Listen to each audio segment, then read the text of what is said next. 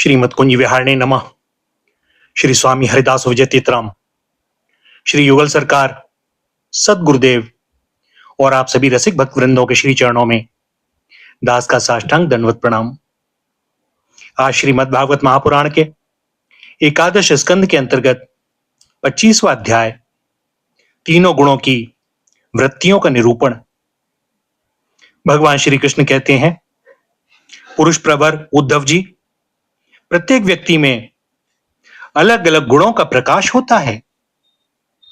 उनके कारण प्राणियों के स्वभाव में भी भेद हो जाता है। अब मैं बतलाता हूं कि किस गुण से कैसा कैसा स्वभाव बनता है। तुम सावधानी से सुनो। सत्व गुण की वृत्तियां हैं शम अर्थात मन संयम, दम अर्थात इंद्रिय निग्रह, तितिक्षा अर्थात सहिष्णुता, विवेक, तप, सत्य, दया, स्मृति, संतोष, त्याग, विषयों के प्रति अनिच्छा, श्रद्धा, लज्जा अर्थात पाप करने में स्वाभाविक संकोच, आत्मरति, दान, विनय और सरलता आदि। रजोगुण की वृत्तियां हैं इच्छा, प्रयत्न, घमंड, तृष्णा अर्थात असंतोष, अकड़, देवताओं से धन आदि की याचना, भेद बुद्धि, विषय भोग, युद्धादि के लिए मद जनित उत्साह, अपने यश में प्रेम, हास्य, पराक्रम और हठपूर्वक उद्योग करना आदि। तमोगुण की वृत्तियां हैं क्रोध, लोभ, मिथ्या भाषण, हिंसा, याचना, पाखंड, श्रम, कलह, शोक, मोह, विषाद, दीनता, निद्रा, आशा, भय और अकर्मण्यता आदि। इस प्रकार क्रम से सत्वगुण, रजोगुण, तमोगुण की अधिकांश वृत्तियों का पृथक पृथक वर्णन किया गया। अब उनके मेल से होने वाली वृत्तियों का वर्णन सुनो। उद्धव जी, मैं हूं और यह मेरा है, इस प्रकार की बुद्धि में तीनों गुणों का मिश्रण है। जिन मन, शब्दादि विषय, इंद्रिय और प्राणों के कारण पूर्वोक्त वृत्तियों का उदय होता है, वे सब के सब सात्विक, राजस और तामस हैं। जब मनुष्य धर्म, अर्थ और काम में संलग्न रहता है, तब उसे सत्वगुण से श्रद्धा, रजोगुण से रति और तमोगुण से धन की प्राप्ति होती है। यह भी गुणों का मिश्रण ही है। जिस समय मनुष्य सकाम कर्म, गृहस्थाश्रम और स्वधर्माचरण में अधिक प्रीति रखता है, उस समय भी उसमें तीनों गुणों का मेल ही समझना चाहिए। मानसिक शांति और जितेंद्रियता आदि गुणों से सत्वगुणी पुरुष की, कामना आदि से रजोगुणी पुरुष की और क्रोध, हिंसा आदि से तमोगुणी पुरुष की पहचान करे।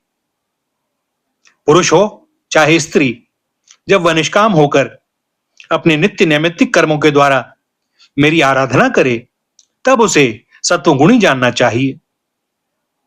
सकाम भाव से अपने कर्मों के द्वारा मेरा भजन पूजन करने वाला रजोगुणी है, और जो अपने शत्रु की मृत्यु आदि के लिए मेरा भजन पूजन करे, उसे तमोगुणी समझना चाहिए।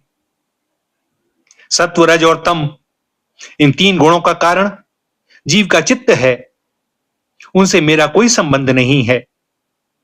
इन्हीं गुणों के द्वारा जीव शरीर अथवा धन आदि में आसक्त होकर बंधन में पड़ जाता है। सत्वगुण प्रकाशक, निर्मल और शांत है। जिस समय वह रजोगुण और तमोगुण को दबाकर बढ़ता है, उस समय पुरुष सुख, धर्म और ज्ञान आदि का भाजन हो जाता है। रजोगुण भेद बुद्धि का कारण है। उसका स्वभाव है आसक्ति और प्रवृत्ति। जिस समय तमोगुण और सत्वगुण को दबाकर रजोगुण बढ़ता है, उस समय मनुष्य दुख, कर्म, यश और लक्ष्मी से संपन्न होता है।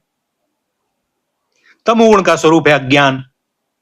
उसका स्वभाव है आलस्य और बुद्धि की मूर्ता। जब वह बढ़कर सत्वगुण और रजोगुण को दबा लेता है, तब प्राणी तरह तरह की आशाएं करता है, शोक मोह में पड़ जाता है, हिंसा करने लगता है अथवा निद्रा आलस के वशीभूत होकर पड़ा रहता है।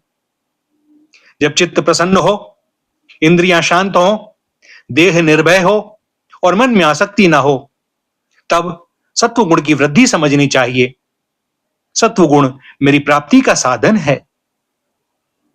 जब काम करते करते जीव की बुद्धि चंचल, ज्ञानेंद्रियां असंतुष्ट, कर्मेंद्रियां विकार युक्त, मन भ्रांत और शरीर अस्वस्थ हो जाए, तब समझना चाहिए कि रजोगुण जोर पकड़ रहा है। जब चित्त ज्ञानेंद्रियों के द्वारा शब्द आदि विषयों को ठीक ठीक समझने में असमर्थ हो जाए और खिन्न होकर लीन होने लगे, मन सूना सा हो जाए, उदास हो जाए तथा अज्ञान और विषाद की वृद्धि हो, तब समझना चाहिए कि तमोगुण वृद्धि पर है। उद्धव जी, सत्वगुण के बढ़ने पर देवताओं का, रजोगुण के बढ़ने पर असुरों का और तमोगुण के बढ़ने पर राक्षसों का बल बढ़ जाता है। वृत्तियों में भी क्रमशः सत्व आदि गुणों की अधिकता होने पर देवत्व, असुरत्व और राक्षसत्व प्रधान निवृत्ति, प्रवृत्ति अथवा मोह की प्रधानता हो जाती है। सत्व गुण से जागृत अवस्था, रजोगुण से स्वप्न अवस्था और तमोगुण से सुषुप्ति अवस्था होती है। तुरीय इन तीनों में एक सा व्याप्त रहता है। वही शुद्ध और एक रस आत्मा है। वेदों के अभ्यास में तत्पर ब्राह्मण सत्वगुण के द्वारा उत्तरोत्तर ऊपर के लोकों में जाते हैं। तमोगुण से जीवों को वृक्ष आदि पर्यंत अधोगति प्राप्त होती है और रजोगुण से मनुष्य शरीर मिलता है। जिसकी मृत्यु सत्व गुणों की वृद्धि के समय होती है, उसे स्वर्ग की प्राप्ति होती है।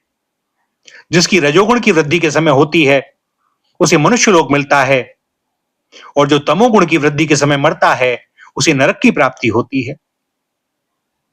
परंतु जो पुरुष त्रिगुणातीत जीवन मुक्त हो गए हैं, उन्हें मेरी ही प्राप्ति होती है। जब अपने धर्म का आचरण मुझे समर्पित करके अथवा निष्काम भाव से किया जाता है, तब वह सात्विक होता है।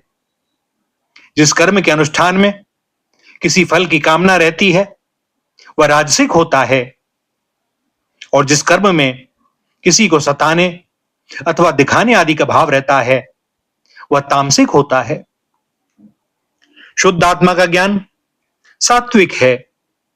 उसको कर्ता भोक्ता समझना राजस ज्ञान है और उसे शरीर समझना तो सर्वथा तामसिक है। इन तीनों से विलक्षण मेरे स्वरूप का वास्तविक ज्ञान निर्गुण ज्ञान है। वन में रहना सात्विक निवास है, गांव में रहना राजस है और जुआ घर में रहना तामसिक है। इन सबसे बढ़कर मेरे मंदिर में रहना निर्गुण निवास है। अनासक्त भाव से कर्म करने वाला सात्विक है, रागांध होकर कर्म करने वाला राजसिक है और पूर्वापर विचार से रहित होकर कर्म करने वाला तामसिक है। इनके अतिरिक्त जो पुरुष केवल मेरी शरण में रहकर बिना अहंकार के कर्म करता है, वह निर्गुण करता है। आत्मज्ञान विषयक श्रद्धा सात्विक श्रद्धा है, कर्म वैशक श्रद्धा राजस है और जो श्रद्धा धर्म में होती है वह तामस है तथा मेरी सेवा में जो श्रद्धा है वह निर्गुण श्रद्धा है। आरोग्यदायक पवित्र और अनायास प्राप्त भोजन सात्विक है।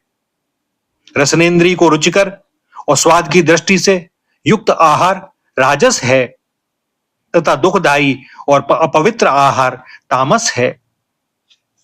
अंतर्मुक्ता से आत्मचिंतन से प्राप्त होने वाला सुख सात्विक है। बहिर्मुक्ता से विषयों से प्राप्त होने वाला राजस है तथा अज्ञान और दीनता से प्राप्त होने वाला सुख तामस है। और जो सुख मुझ में मिलता है वह तो गुणातीत और अप्राकृत है। उद्धव जी, वस्तु, स्थान, फल, काल, ज्ञान, कर्म, कर्ता, श्रद्धा, अवस्था, देव मनुष्य त्रिय आदि शरीर और निष्ठा सभी त्रिगुणात्मक हैं। नररत्न, पुरुष और प्रकृति के आश्रित जितने भी भाव हैं, सभी गुणमय हैं। वे चाहे नेत्रादि इंद्रियों से अनुभव किए हुए हों, शास्त्रों के द्वारा लोक लोकांतरों के संबंध में सुने गए हों अथवा बुद्धि के द्वारा सोचे विचारे गए हों। जीव को जितनी भी योनियां अथवा गतियां प्राप्त होती हैं, वे सब उनके गुणों और कर्मों के अनुसार ही होती हैं। हे सौम्य, सबके सब गुण चित्त से ही संबंध रखते हैं, इसलिए जीव उन्हें अनायास ही जीत सकता है। जो जीव उन पर विजय प्राप्त कर लेता है, वह भक्ति योग के द्वारा मुझ में ही परिनिष्ठित हो जाता है और अंततः मेरा वास्तविक स्वरूप, जिसे मोक्ष भी कहते हैं, प्राप्त कर लेता है। यह मनुष्य शरीर बहुत ही दुर्लभ है। इसी शरीर में तत्व ज्ञान और उसमें निष्ठा रूप विज्ञान की प्राप्ति संभव है। इसीलिए इसे पाकर बुद्धिमान पुरुषों को गुणों की आसक्ति हटाकर मेरा भजन करना चाहिए। विचारशील पुरुष को चाहिए कि बड़ी सावधानी से सत्व गुण के सेवन से रजोगुण और तमोगुण को जीत ले, इंद्रियों को वश में कर ले और मेरे स्वरूप को समझकर मेरे भजन में लग जाए। आसक्ति को लेश मात्र भी न रहने दे। योग युक्ति से चित्त वृत्तियों को शांत करके निरपेक्षता के द्वारा सत्व गुण पर भी विजय प्राप्त कर ले। इस प्रकार गुणों से मुक्त होकर जीव अपने जीव भाव को छोड़ देता है और मुझसे एक हो जाता है।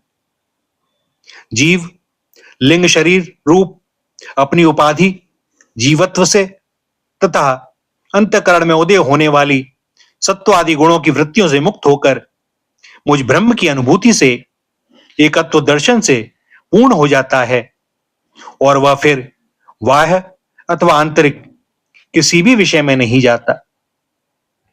भैया, यहां पर एकादश स्कंद के 25वें अध्याय का समापन होता है और दास को अनुमति दें आज के लिए वाणी को विराम देने की।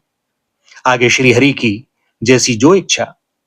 श्री राधा, श्री राधा, श्री राधा।